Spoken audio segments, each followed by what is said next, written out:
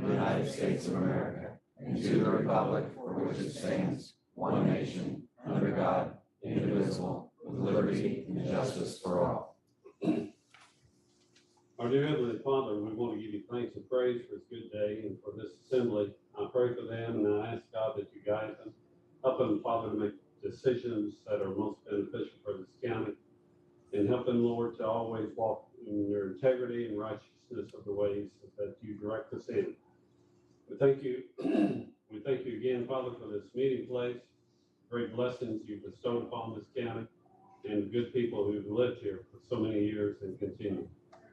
We're blessed in a lot of ways, Father, and I think most importantly, it's the righteousness that I see in this room, and it's the faith that I see exhibited on a daily basis from the men and women that represent here today. May they fulfill their duties accordingly, and I ask it in Jesus' name. Amen. Amen. Congratulations on your retirement.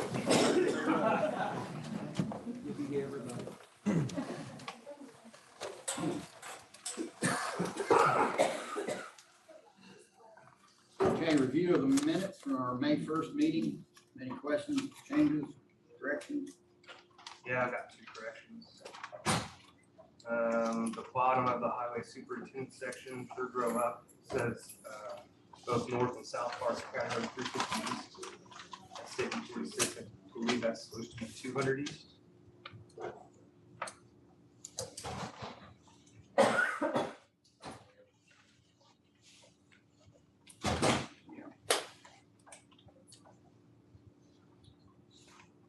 And then down under the county sheriff section, 3rd row up of the first paragraph, says the sheriff agreed to pay for mowing the lawn around the detention center out of the commissary. I believe that was the trimming of the shrubs. The guy already mows the yard, so it was conversation on trimming the trees and the shrubs.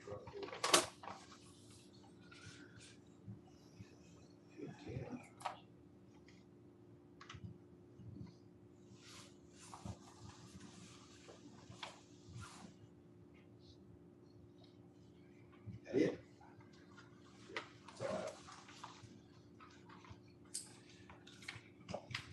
I move to approve with those corrections. Second.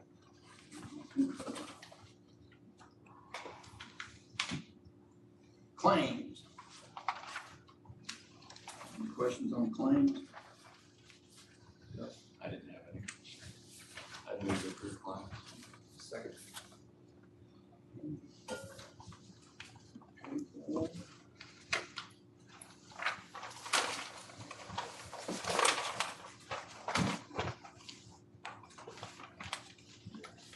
Current payroll is here.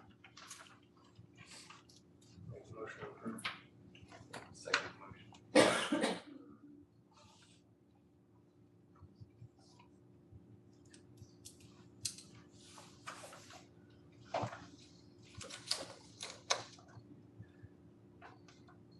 Todd Howe.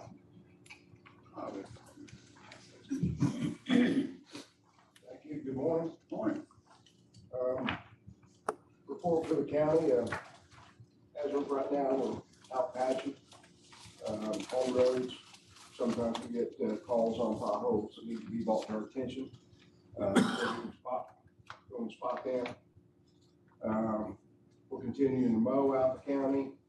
And as of last week, we started spraying for vegetation to kill off some of the stuff alongside the bridges and where stuff is leaning toward the road. We're continuing to do bridge maintenance and repairs.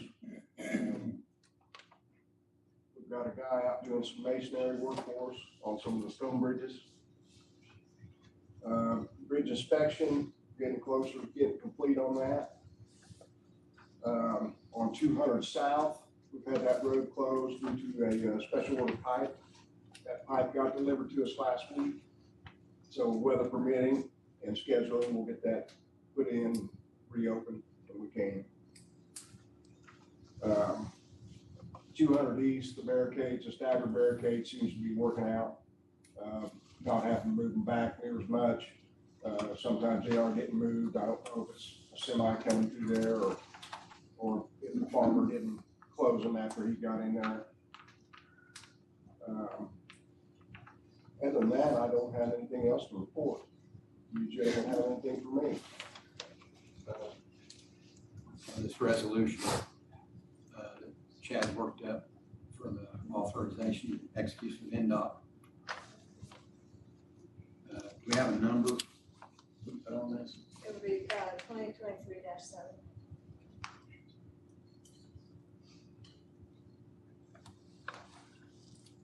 That's the one that I'm the code officer for. Yeah, that's a resolution letter to, that'd be the last piece for the community crossing grant. So Tom And can, then NDOT will get with us and they'll draw up a contract for that. I just wanted to make sure. yeah, the authorization for the Carroll County Commission Jeremy Bates to authorize and execute any NDOT agreement for all documents related to NDOT grant programs. I think it's good with that. Second.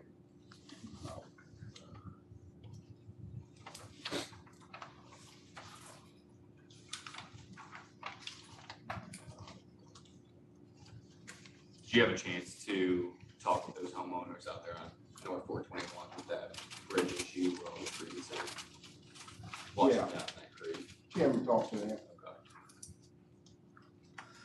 Okay. I had gone by and it looked like a lot of those smaller trees were right there on that, the drainage creek that then ran into the larger creek. And I could see where some of them were washing down or had washed down. So did you guys come to an agreement? What we do on those, Jeremy, is we get all that bridge maintenance, kind of that vegetation back. I think Tim and, he was on vacation, but I think he sent the reason why we do it at a certain time of year. As we go back to each bridge, okay, then we will address that when we go back to each bridge. I think there's 90 of them that we have to do riprap on. That's some big riprap, I know, for scours and critical findings, so. It's gonna probably take us the rest of the year. Will you guys take those trees out of there? Will you just put stone over them or? We will set them back. Okay, I know that. One of the town guys and I think for the city of St. Paul, people have been calling him and all those trees on the, I don't know what side of the road it was, but we took out a bunch of trees for line of sight down there for their attractions, you know, Hidden Paradise and whatever. People was complaining because the trees were standing right on. So we sent a guy down there, basically pushed them all back. I think it looks pretty good myself. I'm real pleased with the line of sight coming down either way, which should help out the locals and any visitors. So we kind of address problems as we get back to them. Unless it's a hazard. I don't have anything else, Grant. Jenna, what time was this advertised opening bids? I believe it was 9. Okay. All right, we'll put that on too. Kenny? Morning, Commissioners. Since our last meeting, I've had 35 building inspections, 13 new permits and plan reviews, had 2 red tags, 1 ground wire not connected, or not covered in conduit, on meter-based inspection. Second, panel box not grounded to a ground rod. Both code violations were fixed and the green tag. I had 2 complaints on nuisance properties. Both were visited and confirmed. I will draft and send letters to the property owners, hopefully this week. And the other thing was just what we talked about this morning with the HUD home being put in on solid foundation, bolted down, so we're gonna allow that. That's all I've got. Okay. That's two new nuisance properties, anywhere from the one on Southwest 60. Yeah.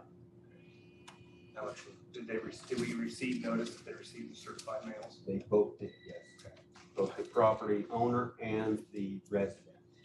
How long ago was that? Those were sent on the 28th of, the date on them was 28th of April.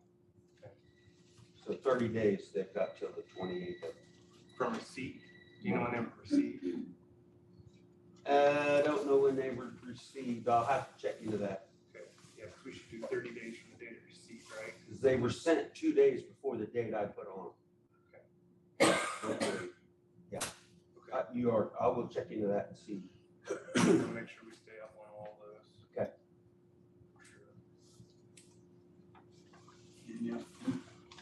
Just when you send those letters out, just make sure that you CC us or send us a copy by email of all those letters. So that we can keep up to date with the issue. That's Yep, appreciate that. Mr. Sean Durden. Good morning. I'm either too old or too stiff for these chairs. So I am happy to report it's no longer the Governor's Public Health Commission, but it is now Senate Enrolled Act number 1. It passed with some slight reductions to what they were asking for, but honestly, way more than I thought they were asking for, 75% of what they were asking for. I just made this document for you guys. I think there's too many page notes on there. To take a look at. I'm not going to go through the whole thing because you guys can read. You've proved that this morning. So I do want to tell a couple of things that are very much going to affect you. One thing in particular. The commission or the structure of our board has to change because of this. Currently, we are allowed 3 lay people with public health knowledge to be on our board. This will reduce that to 2. And one of them has to be nominated by the chief executive of the largest municipality. So Mayor Marsh will have to give you guys 3 suggestions for people to serve on our board, and you will pick, I guess, Mark, being the county executive, or I don't know, maybe it's all of you. I can tell you right now. Yeah, Mark would pick from those 3 on that. Just briefly here, if you look at the first page of the document I gave you, these are the funding requirements for us as far as the percentage of funds that have to go towards the activity. And then it lists a bunch of other funding options. This is an 80-20 match by the county, and so we're getting a big chunk here that will help us out a lot. Now, of course, unfortunately, when you have additional funding, you have additional responsibilities. So there's a table on the last 3 pages that actually lists all of the additional, or some of these we're already doing, but these will become core services. Many of them have been optional services for county health departments. These will become required. In order to measure our activities, they're using key performance indicators, and in order to qualify for these grants in the future, we will have to continue to meet those key performance indicators. I'm confident we can do this. This will probably require a couple other hires for us, but I'm looking at a large majority of this money we'll be able to use to help some of our partners in the county. So what we are asking for and what we're going to compile is a list of potential partners that we can help to improve the public health in our county. And of course, would ask for all of your input on that as well. And I'll be speaking at the council tomorrow to ask for their input. Our goal here is not just to get a big influx of money and be sitting pretty on that. We want to get the money out, and we want to get it out in a way that's going to benefit our community and use that money to help a lot of our partners to help us achieve our key performance indicators. That's my very brief overview. Do you have any questions? I apologize for that. Was your is your current board right now, does it mirror what the law was prior to what these changes are? It does. So it wasn't a county ordinance or anything like that we would have to look at? No, yeah, so we have, one position, we actually have 3 lay people right now. We will have one of those who will have to, appoint someone. And they did add to our list of people who we can appoint to that as far as medical professionals. They added a physician's assistant, was not on there prior. So at this point, it's, there's a full list of them in the Senate Enrolled Act, but the only one that was changed was the addition of the physician's assistant. It's a long list, physicians, dentists, pharmacists, so highly professional medical figures, with masters or above generally. So would that add to the total number No, of members, no, or sir. just need to replace them? We'll have to replace someone. My big question on that is Senate Enrolled Act takes effect July 1st. I need to get clarified from, and I've got a question into the legal department at Indiana Department of Health, if that means the board has to be reconfigured by July 1st, which is really fast, so I'm hoping that's not the case. The funds become available January 1st, with 50% of the total for the first year, just so we can get ramped up to where we are able to be performing the duties we need to perform by 2025, and it will be the full amount at that point. How many years is the funding planned for? We know for sure for 2. This will have to be reevaluated every 2 years. That's part of what the KPIs, the key performance indicators, are for. So another reason we want to be careful on how we do this, so we don't like jump in and hire 20 people and have that all cut and we suddenly lose 20 people. Hey, it's going to be really hard for us if we expand services to back off of those services. Once we expand them, we're going to have to continue. So I have to be really careful on how I proceed with that. It led me to another question or a thought, and now it's gone. So How do you see any changes with the schools? I know that's a yeah, big so push. we have already have someone in a position that we call a school liaison, and they work closely with the schools now. We've been able to bring vaccination, mobile vaccination to all of the schools in the county, except for St. Mary's at this point. And we have already expanded some of the use of services from the Indiana Department of Health with them, and we look to do more. The Indiana Department of Health just, they have what they call mobile units, and they just received full audiology equipment in there so they can start doing hearing tests. So we're working with the schools to do that. There'll be some other services involved too. We're hoping to expand that with vision and dental perhaps. So Basically, currently it's a initial surplus search for money, but no guarantees it's gonna last past the 2 years. yeah, it passed with a lot of approval, and I don't have the exact numbers. Senate passed with a really high rate, and House was a little bit less because they're more fiscal. So expected and should be. So I think it'll continue as long as we do our jobs. I mean, honestly, it's going to come down to the local health departments. If we're not doing our jobs, they're going to take it away, and they should. I never remembered why I wanted to say that. The money, we get if there's a surplus at the end, we get to keep that. So that's good. 10% can be used on capital improvements.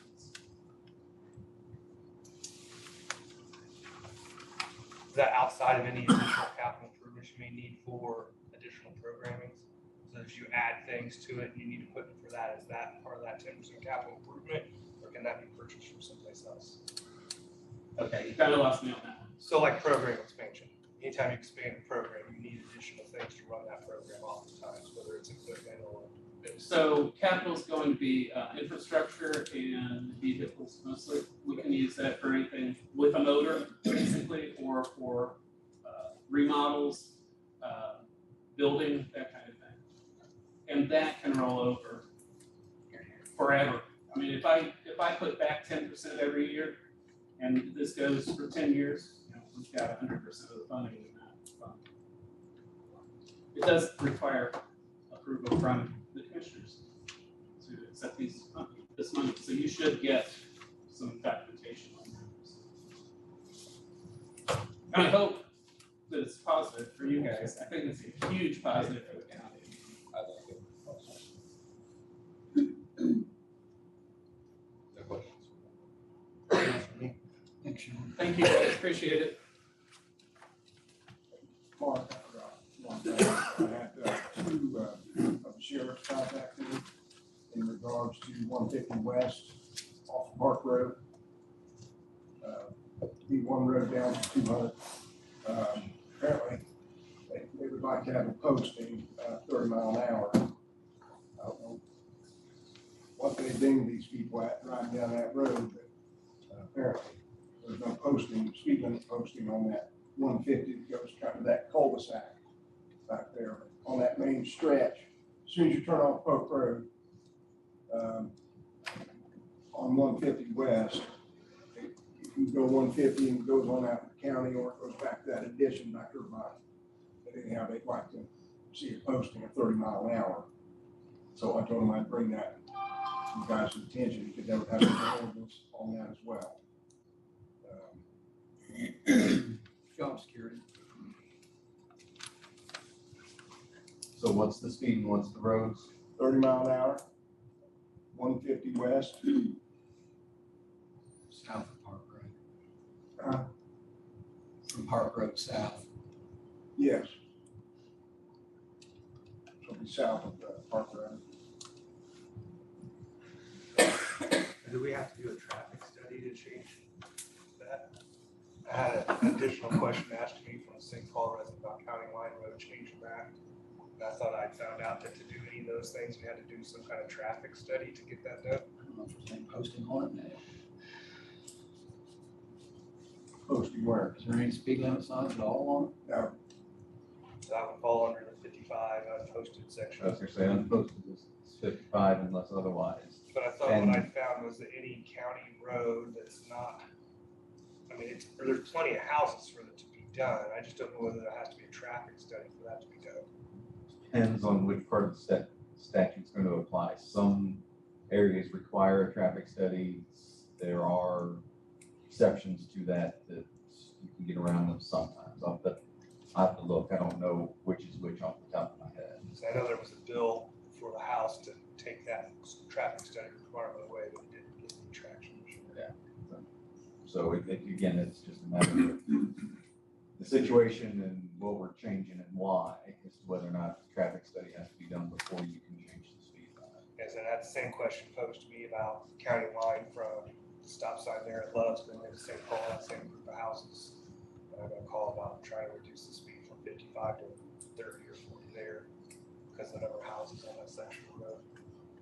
Last year, it looked like it would require a traffic study, it would require further discussion.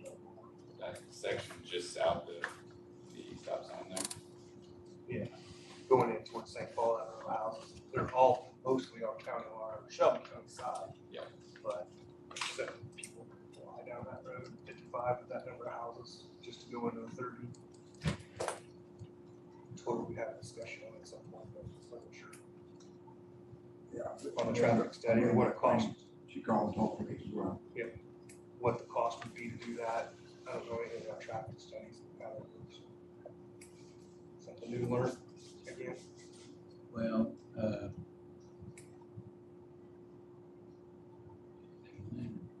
Southeastern Indiana Planning will do a traffic count.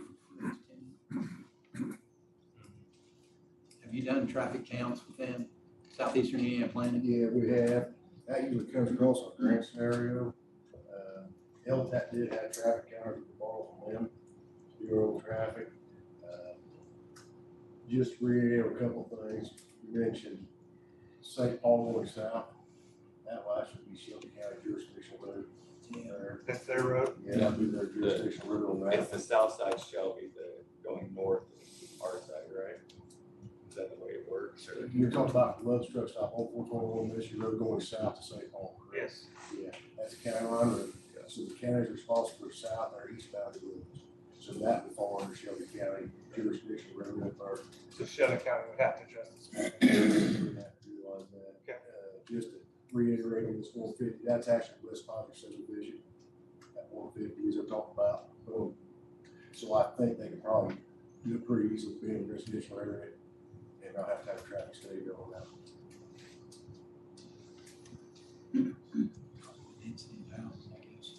Well, I'll look at the statute and give you guys an update on what you can and can't do and what you need to do. We have to. Yeah, 55 is way too much for that. Yeah. Anything else on traffic? Got the application number 7 for payment on the highway department. This application is $691,221.35. Paid for by TIF. What was the covered work on that one?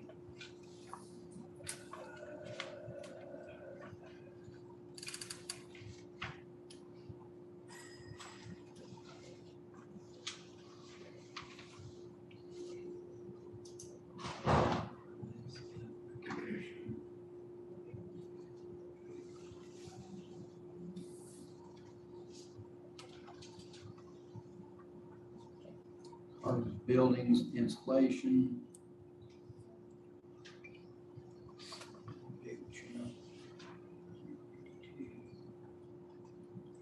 Pre-engineered metal building was $200,000.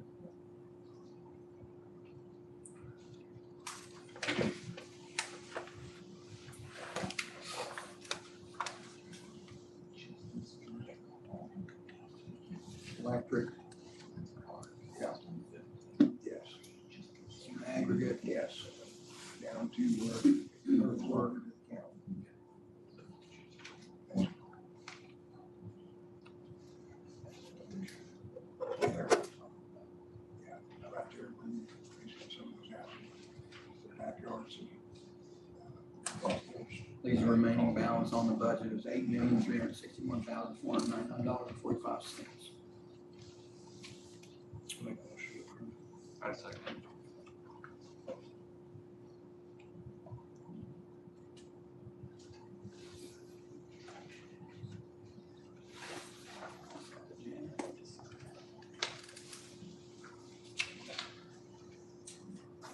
We also have from Dunn Associates, this, not going to act on this today, but insurance benefits, new ordinance amendment effective August 1st for county commissioners and county council members.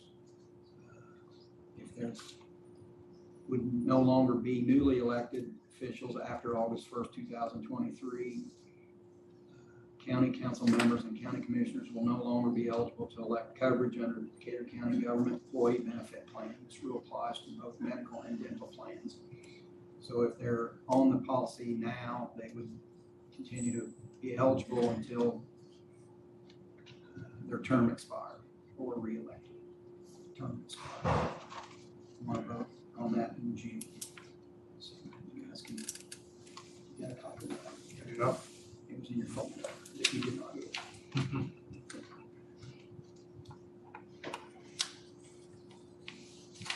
So if you're re-elected in the same spot, it continues, anybody newly elected wouldn't get it? Correct.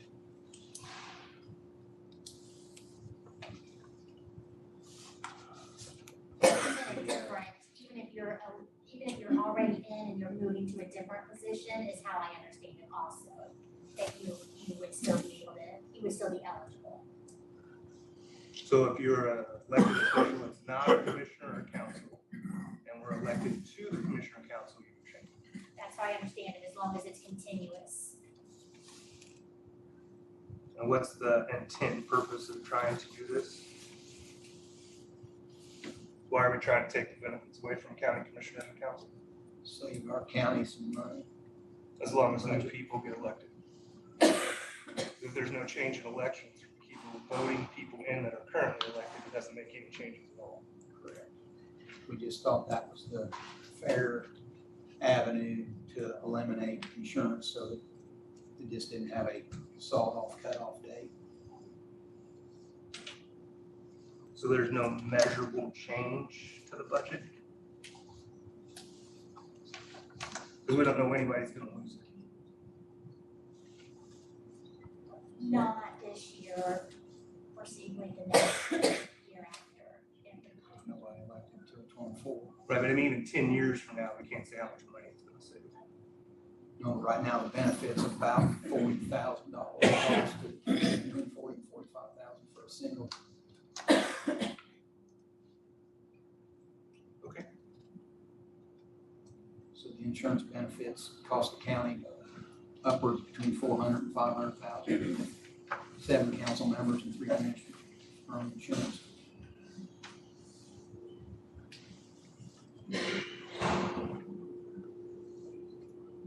Any other questions?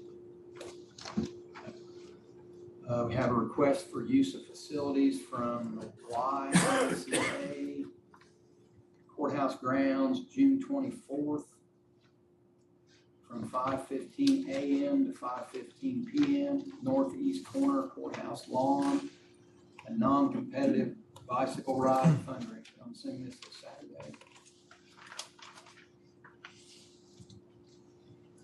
24th, yeah, that's,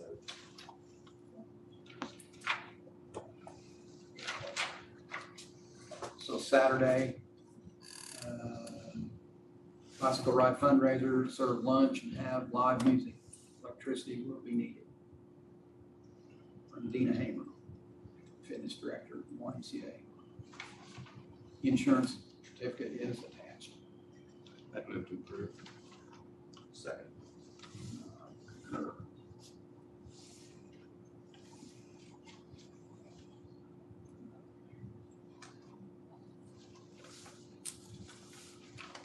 Pass that to Jan.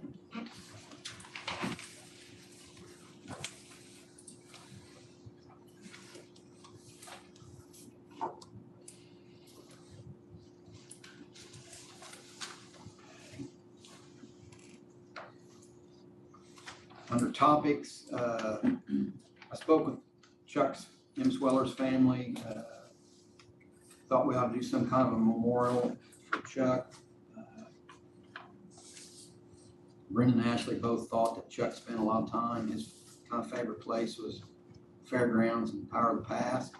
I spoke with some of the Power of the Past guys, and their intent is to purchase one of the white vinyl benches with a memorial plaque placed on that, and wondered if the commissioners would give that some thought. I'll get a price on it, and maybe we can talk about it at our June meeting. Placing one at the fairgrounds and then one out for the Power of the Past. You guys give that some thought. See what you think.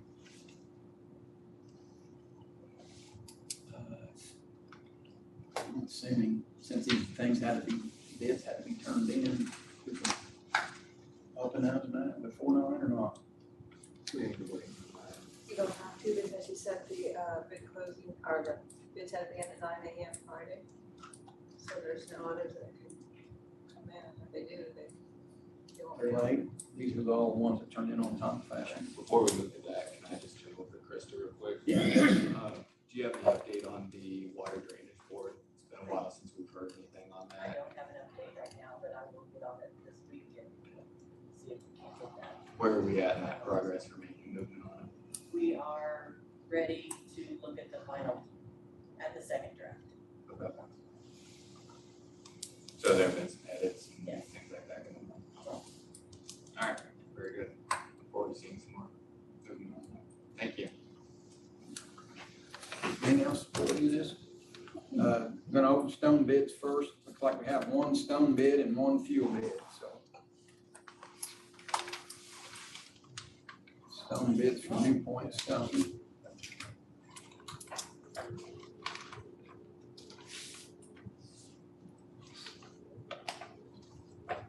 Bid bond is enclosed.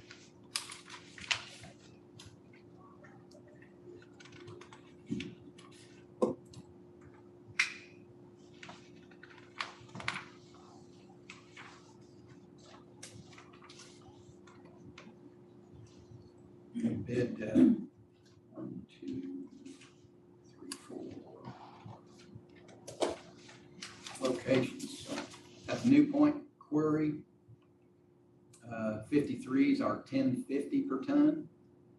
73s and 2s are $12.20 per ton. 4s, 5s, 8s, and 9s are $14.20 a ton. 11s and 12s, are $15.70 per ton.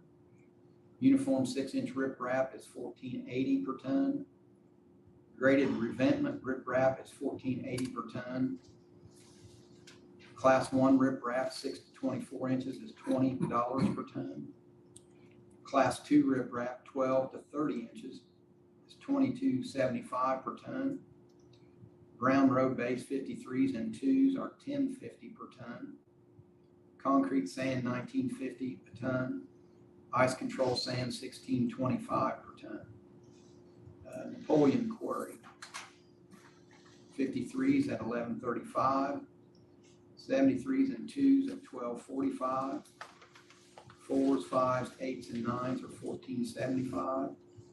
11s and 12s at $16.20. Uniform riprap 6 inches $14.80. Graded revetment riprap is $14.80. Special fill road base $10.95 per ton. Special fill 12s at $17.40 and special fill 11 at $17.40. They did their Harris City and St. Paul quarries accordingly.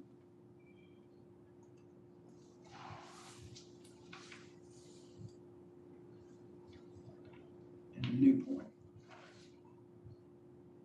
They have stone furnished and applied also. You asked for that. Looks like 3 township divisions. Adams, Clay, Clinton, and Sand Creek. Brown 2s and Brown 53s are $15.25 delivered. Washington, Jackson Township would be $15.50. Fugit, Marion, and Salt Creek, $15.85. 53s, white 53s, $15.45, and Adams, Clay, and Clinton. Washington's $15.75. Fugit, Marion, and Salt Creek is $16. I'm not gonna read through all these, I'll present these, but these were the only bidder, so. And each of the locations has different prices. Yes. And delivered prices according to what township they're delivering them from, or to. Ice control sand delivered is $16.90 per ton. To the highway garage.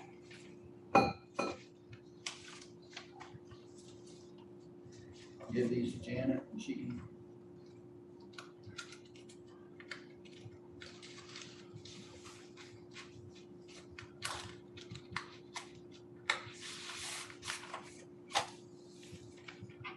Do we need to do anything to accept those at this point? But nothing at this point. I would move, well, since we only have one bid, we can accept those. I mean, there's no, that's all we have. So those are the ones that's close around. I mean, you got Ford's, you got some of these other companies, you got St. Paul. We'll go there when we're in that area. Well, St. Paul's included in those bids. Okay. Harris City, I mean, New Point Stone owns all those quarries. The only ones that Rush County Stone would not be, or Wards would not be included in the bid opening. So I think normally they don't bid on it for whatever reason. Well, they have in the past.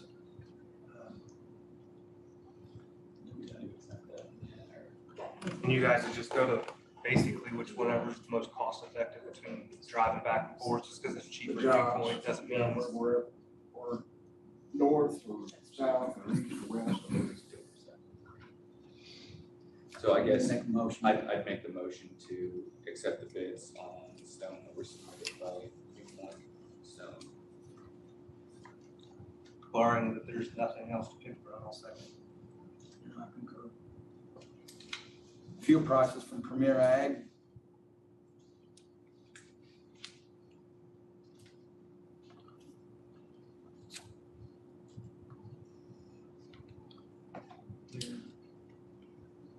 delivered price of octane, 87 octane unleaded gas.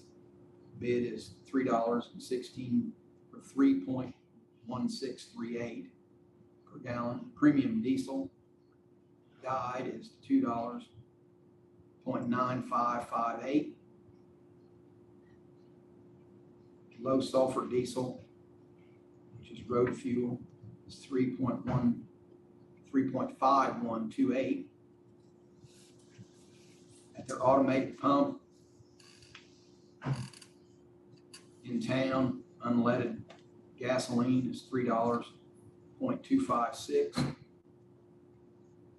And road fuel is 3.896.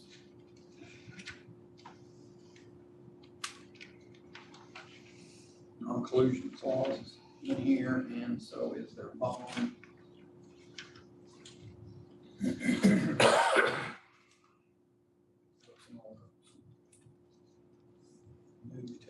I'd move to accept. And being that it's the only one, I'll second.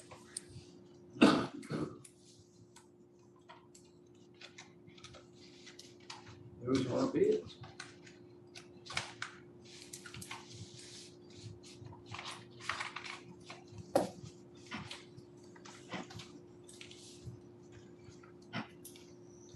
Ron, you have anything for us?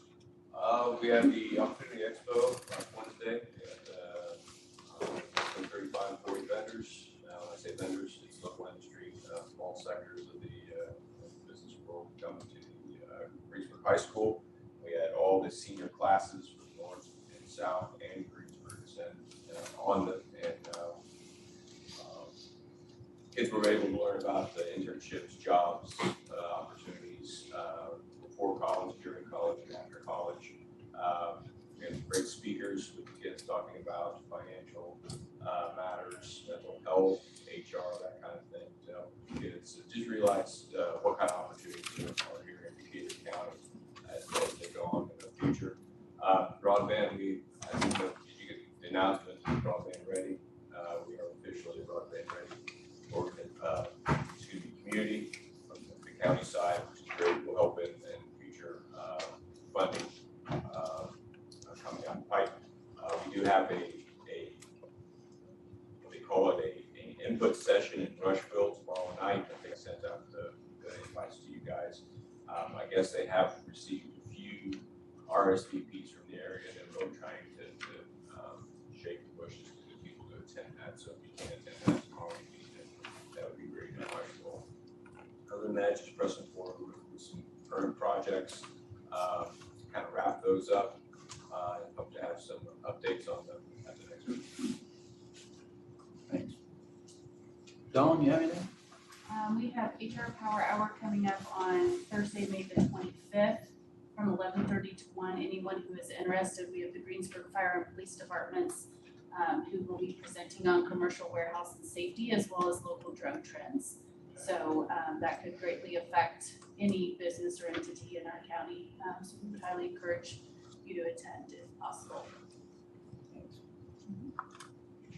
Kevin, anything on a renewal? Not seen anything on that yet? We're ready to go. We got a presentation there, and Steve's gonna present it to you today. Oh, he is? Okay, you weren't on our agenda, so. We should be. You did? Okay, I'm sorry, it's not on mine. Go ahead. Sorry.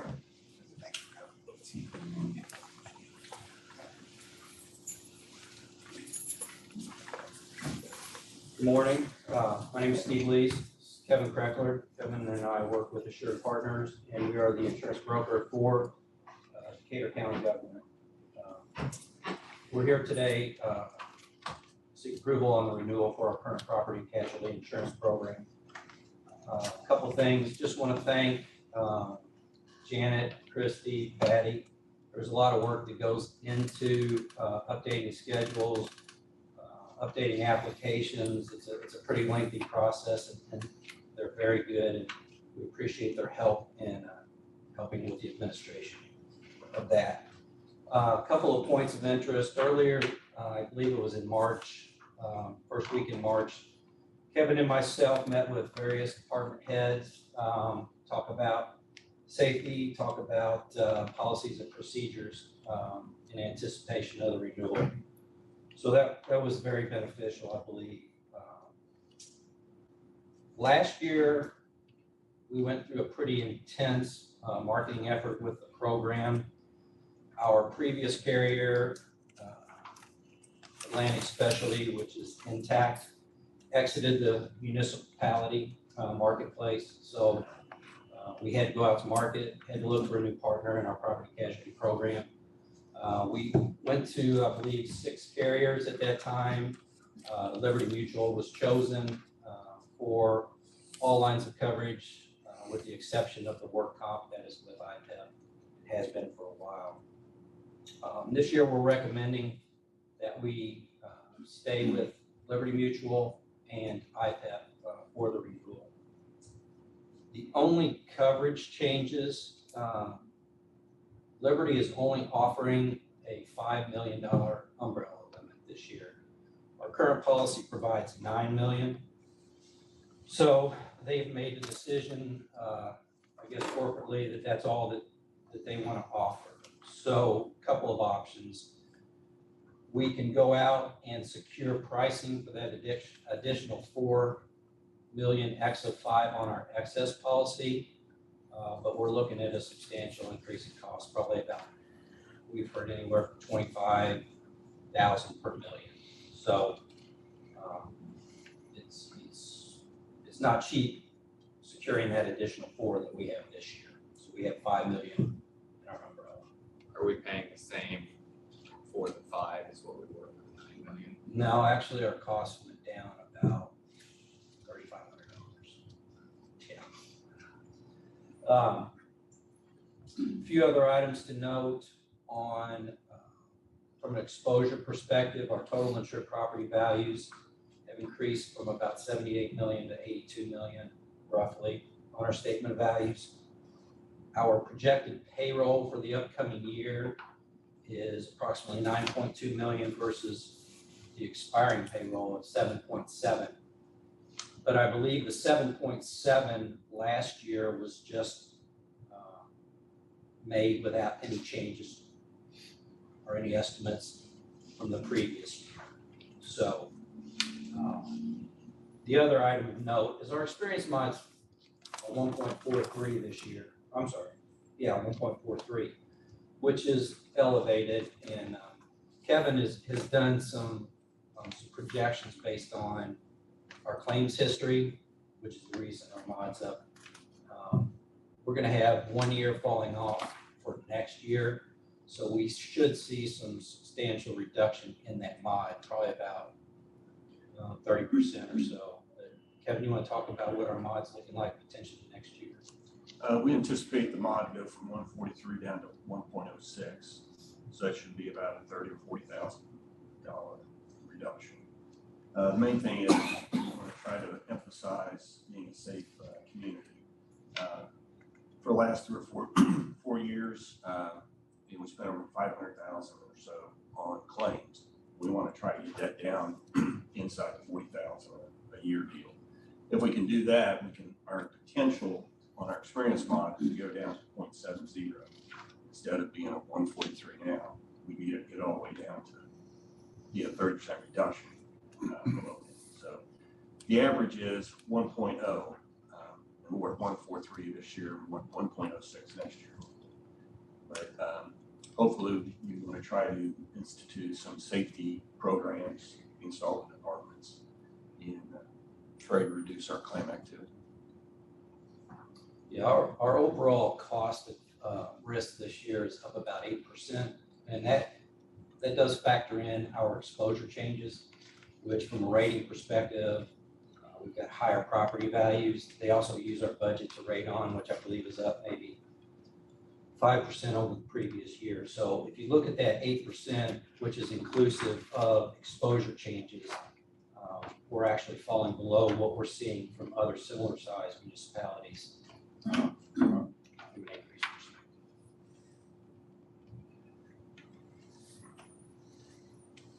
And the premium comparison is on page 21. So, and most of the exposure, I mean, the premium premium rate, the premium cost on the IPEP is basically payroll driven, which is it's an estimated premium that they true up after the end of the year from an audit perspective. So if we come in less than what our projected payroll is, they return premium to us. Subsequently, if we come over what our estimated premium, our payroll is, then they charge us additional premium.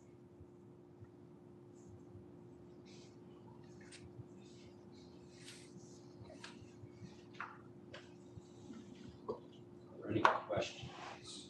What are the safety procedures that need to be implemented within different departments that would help us? So we have a couple things that honestly, when Jeremy Turner with Liberty toured the jail facility, I don't believe there were any recommendations that I'm aware of. I mean, policies and procedures from a law enforcement perspective, the jail is very impressive in how it's structured, how it's set up. Kevin and I handle a lot of municipalities throughout the state, and you guys have done a great job with that. I know it's probably in its third year or so, but it's set up very well. I think we're working with Patty to implement some driver eligibility guidelines that were a point of topic to make sure that we're running MVRs on all eligible drivers to make sure that there's not any issues with regard to licensing, not being points violations, those type of things. So those were the main points of emphasis this year.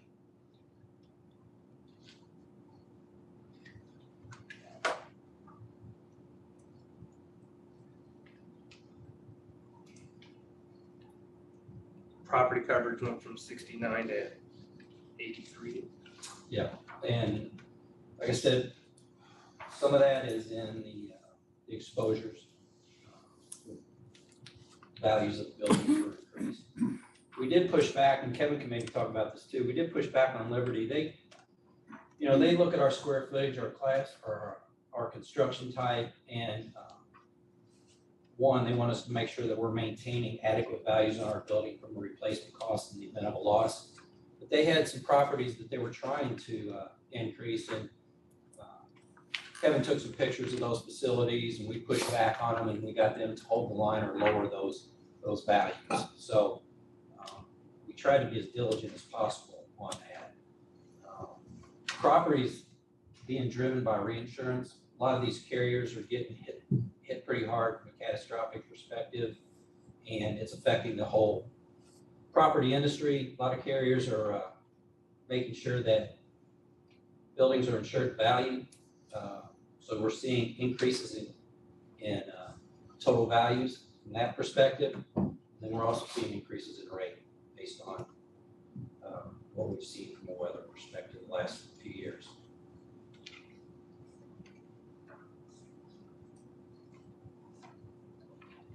So it's all just driven by basically value reassessment based off current market trend. Yeah, right. Increased cost and inflation hit. Supply chain, all the things, all the talking points, all the things that we've seen from a construction perspective, building supply, yeah. It's all factoring into it. There's been a big emphasis since COVID, probably since the end of 21, on rate, insured values by the carriers, yes. And it's not just Liberty, it's every carrier.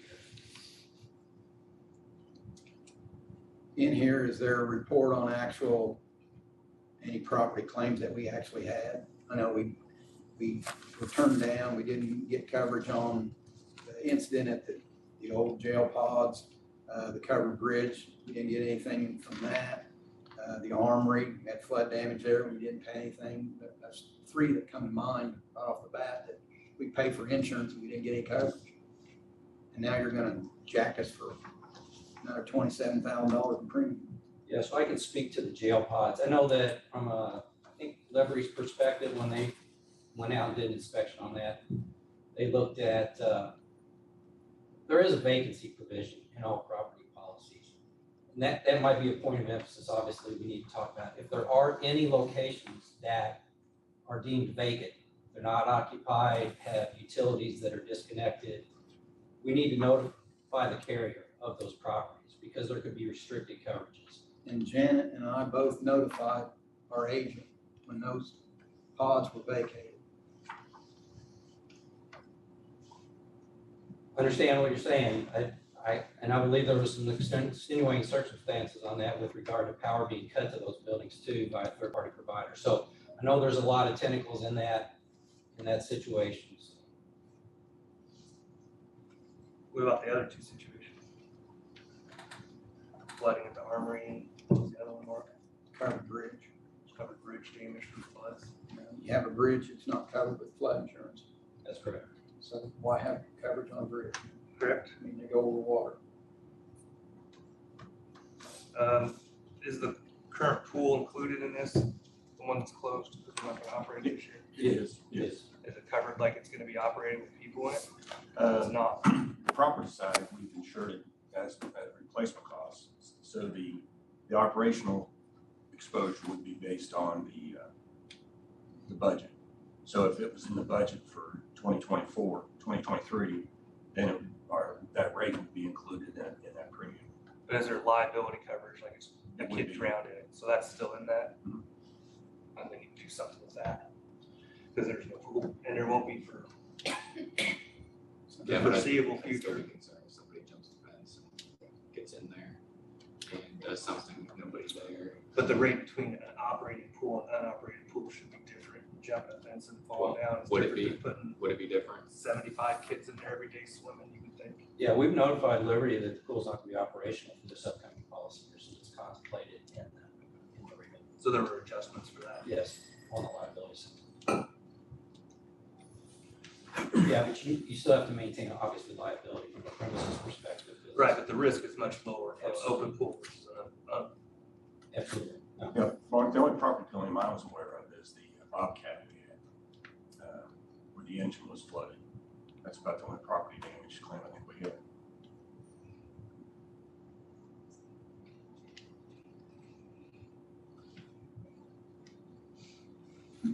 But it's not, I mean, the claims aren't listed in this report. Okay, that's why I was looking for that.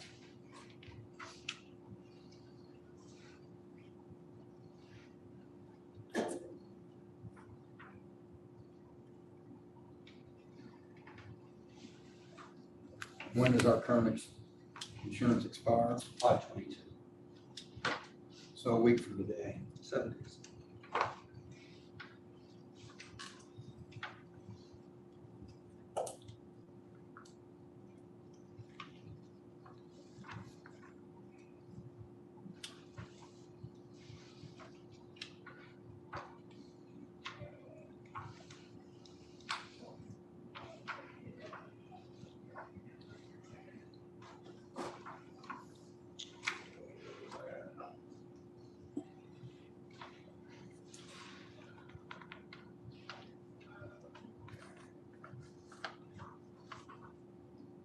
So your people came up with all these values, building values.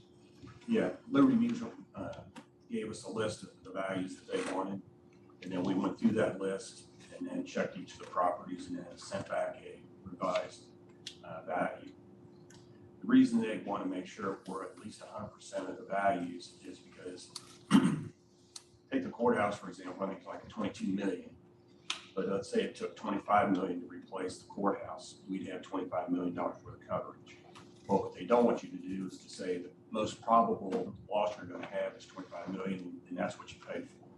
They wanna make sure they have all the buildings insured up to value, so we get what we need on each and every building at replacement.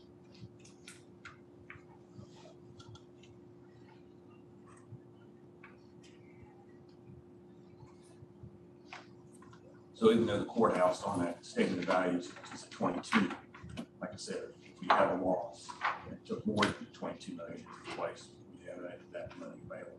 Yeah, 'cause we're blanketing the total $70+ million or $80+ million throughout the entire owned statement of values. That's why you want to make sure you're insuring the value at each location.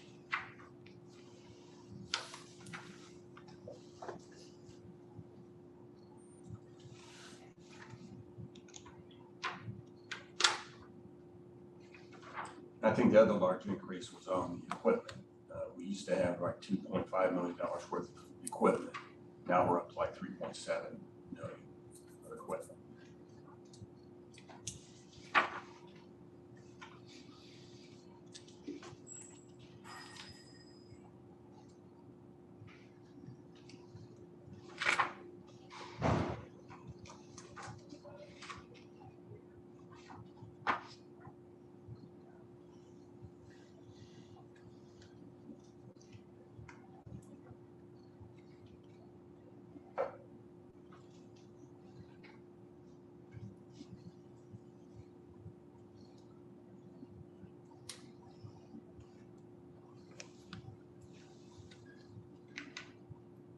Well, fellas, What is the property that's listed in Franklin County of the CT? That's a mistake on that data. I think that's Clarksburg.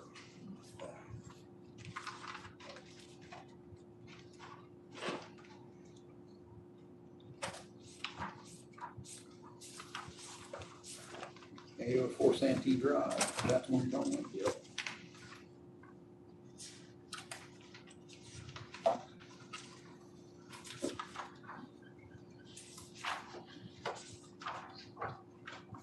$80,000 value.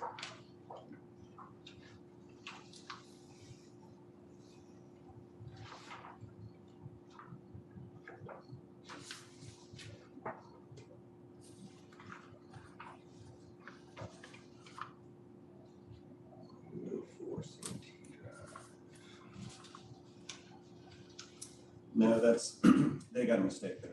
I'm pretty sure that's the St. Paul Park.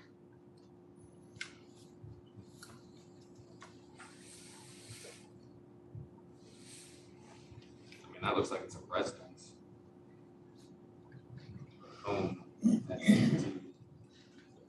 It's got the same address. St. Paul Park, 804 Jefferson Street.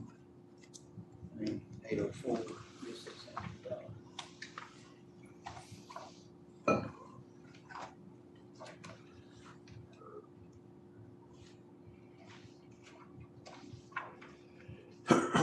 That's the restroom and shelter.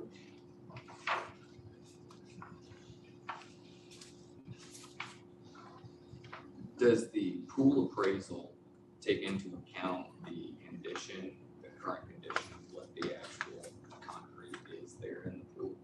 No, it's based on what would take to replace the property.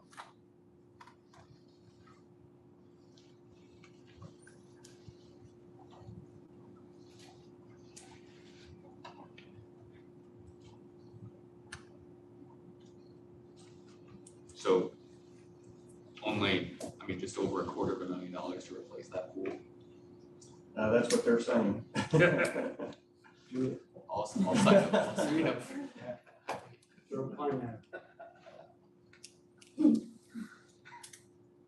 Isn't that to replace it as it is? You do- No, it's the replacement cost would be whatever it is.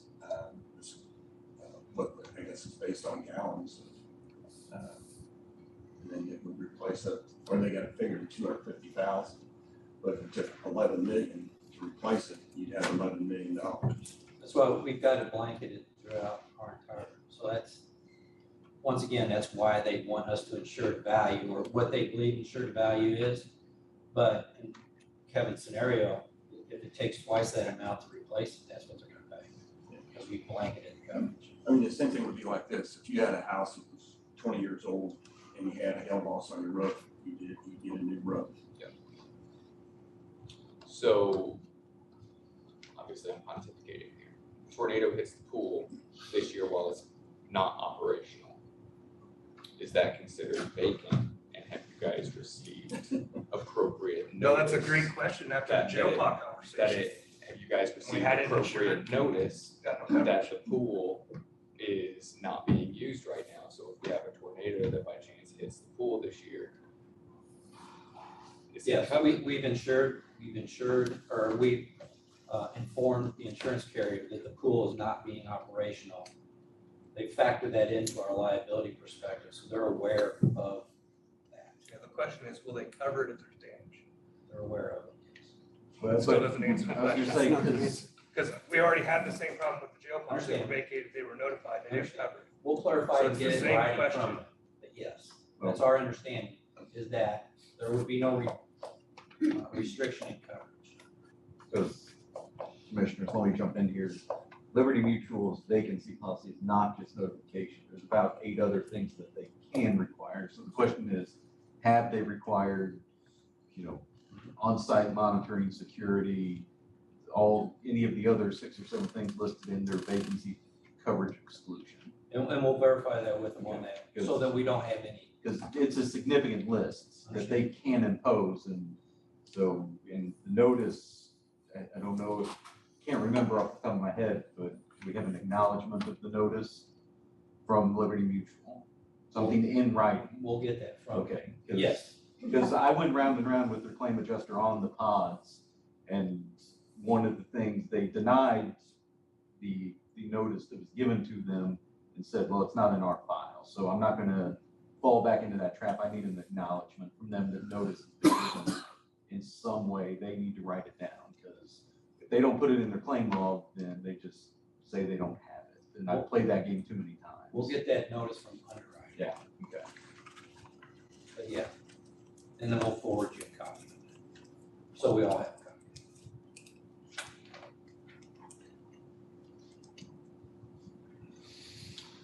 That was my question. It's specifically for 601 South Ireland, the jail. It says business income and extra expense at 3.2 million. What's that designed to cover? Which page you on? 7.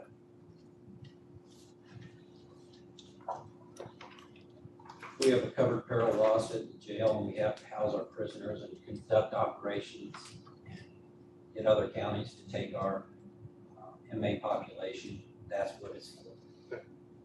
Ongoing expenses, ongoing costs as we put the jail back to order. And how long is that 3.2 calculated to cover that cost of relocation? 12 months.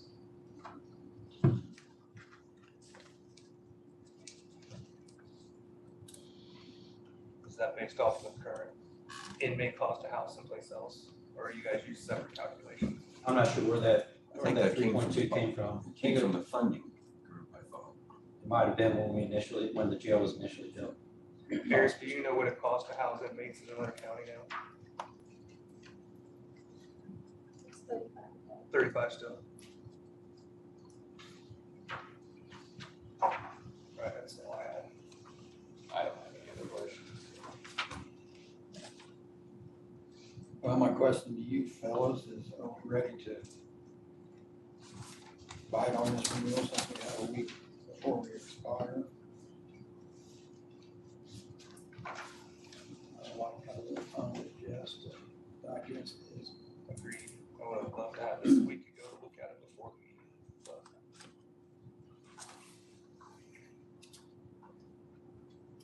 certainly understand the increase in the property values. Everything's going through right now, so the cost of building, as we've experienced through our bids, is exceptionally high. It does look like County Highways added some stuff to the list of things that we purchased recently to increase that line for our new equipment and other equipment, so it's good to have those covered.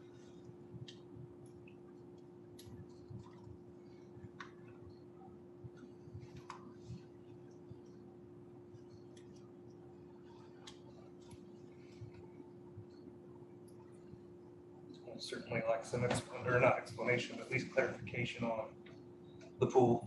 I mean, it's already kind of got us once. It's a great conversation to have on the front end. In case something were to happen, we need clarification on that for the claims. Yeah, maybe we can get that done. You have anything else?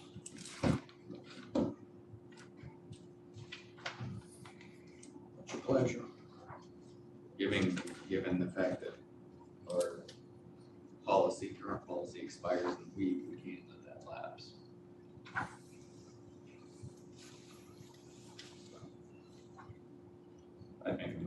to approve it, accept. Continue our insurance here. I'll second that. So I have a question before next year's payrolls, did you say estimated 9.1? 9.2. Yeah, 9.2. Is that close to accurate? I'm gonna say yes, because of that. I know in the past, we've been about $1 million or $2 million behind every year. I think that's an injustice to our insurance costs. Fight. Well, the last couple of years, there was a couple of raises done after the fact or after these had to be done. And then it's just, I try to do over time, it's just a guesstimate. So you feel like the 9.2 is close to reality? I went over it quite thoroughly. That I would concur with insurance. This other stuff getting, questions asked on through pretty quickly. So Mark, on payroll, you'd rather have that a little higher than lower. Yeah, I mean, we're getting in budget time here, and if we're a year and a half behind, we're always gonna fight. Right.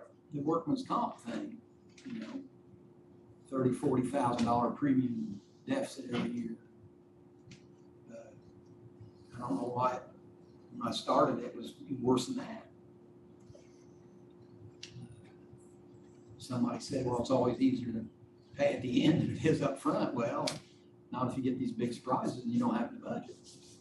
Correct, that's what Steve and I were talking about the other day, is you'd rather keep it at the 9.2 as opposed to think back to the 7 or 8.2.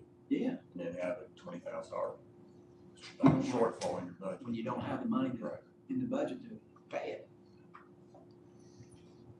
What we've done in the past too is we typically have presented the renewal at the first meeting in May and let you guys review it, come back for approval at the second meeting. We'll get back on that schedule. We went through some final negotiations with Liberty this year.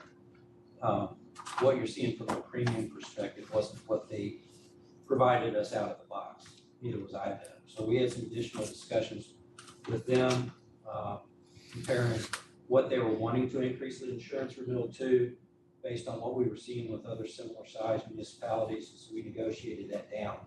So that took a little longer this year, but we'll get back on presenting at the first meeting, that you guys review it, and we'll come back 2 weeks later. I appreciate that. Absolutely. Some time. Yeah, this is an anomaly this year. I think for the last 8 years, that's the way we've handled this. So it gives you guys time to digest it, look at it, ask any questions, and then 2 weeks later, we'll come back and file. Sounds good. Been approved. I appreciate it. All right, thank you, gentlemen, appreciate it. And thanks to all the staff for helping us get through this. Anything else? Motion to recess. Can I say something, Mark? Yes, Danny. June the 10th, me and Bill Metz is gonna meet at the fairgrounds from 10 to 12. Try to sign up people for booth rental and space rental from 10 to 12. If we can get the word out to everybody that wants to rent a booth out there. June the 10th from 10 to 12. There has been slight increases on rents, but nothing that anybody can handle. So. Our next meeting will be an evening meeting on June the 5th. That'll be at 6 p.m. right here.